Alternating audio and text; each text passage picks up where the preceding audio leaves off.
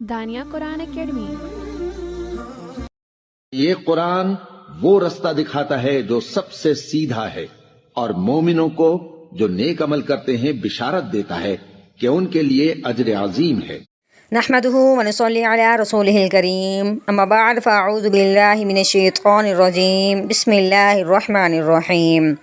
السلام علیکم ورحمۃ اللہ وبرکاتہ۔ امید ہے آپ سب خیریت سے ہوں گے، انشاءاللہ جہاں ہوں گے ایمان اور صحت کی نعمت سے مالا مال ہوں گے۔ ہاں جی، تو آغاز کرتے ہیں ہم اپنے آج کے سبق کا دعاؤں کے ساتھ، تو چلیے شروع کرتے ہیں۔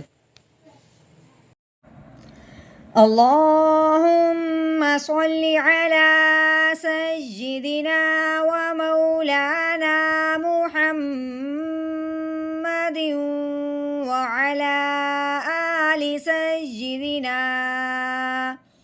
وعلی آل سیدنا و مولانا محمد وبارک وسلم۔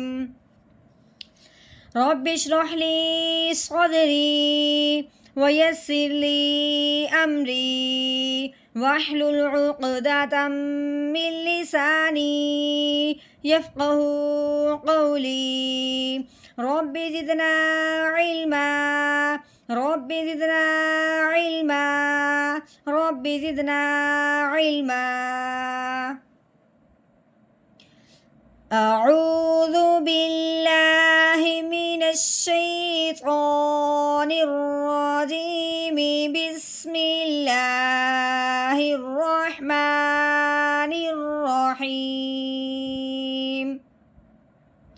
کلا سیعلمون۔ ہاں جی، کاف کے اوپر زبر ہے، آگے لام کے اوپر شد ہے، یعنی کہ لام مشدد ہے۔ لام کے اوپر 3 دندوں والی کیا لگی ہوئی، شد آنے کی وجہ سے لام مشدد ہو گیا۔ اب ہم نے کاف کو لام مشدد کے ساتھ ملاتے ہوئے پڑھنا ہے۔ کاف لام زبر کل، ٹھیک ہو گیا۔ لام کے اوپر زبر ہے، آگے کیا ہے الف۔ اب الف سے پہلے زبر آنے کی وجہ سے اس الف پہ مد کا قاعدہ جاری ہو گیا ہے، یعنی کہ اب ہم نے الف کو لام کو الف کے ساتھ ملاتے ہوئے ایک الف کے برابر لمبا کرنا ہے۔ لام الف زبر لا، کلا۔ یہ سین کے اوپر زبر ہے، سین زبر سا۔ یا کے اوپر زبر ہے، آگے عین کے اوپر جزم آنے کی وجہ سے عین ساکن ہو گیا۔ اب ہم نے عین کی آواز نکالنی ہے، صحیح طریقے سے اس کا مخرج کے ساتھ ادا کرنا ہے۔ یا عین زبر یا، سیا۔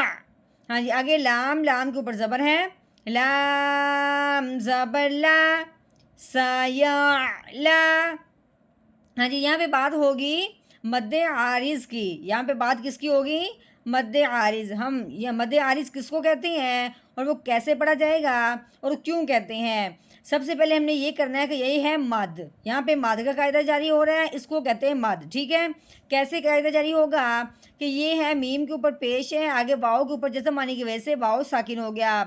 واؤ ساکن سے پہلے حرف پہ جب پیش آ جائے تو اس واؤ ساکن پہ مد کا قاعدہ جاری ہوتا ہے۔ اب یہاں یہ تو بات ہوگی مد کی، اب پیچھے رہ گیا عارض۔ اب عارض کیا ہے؟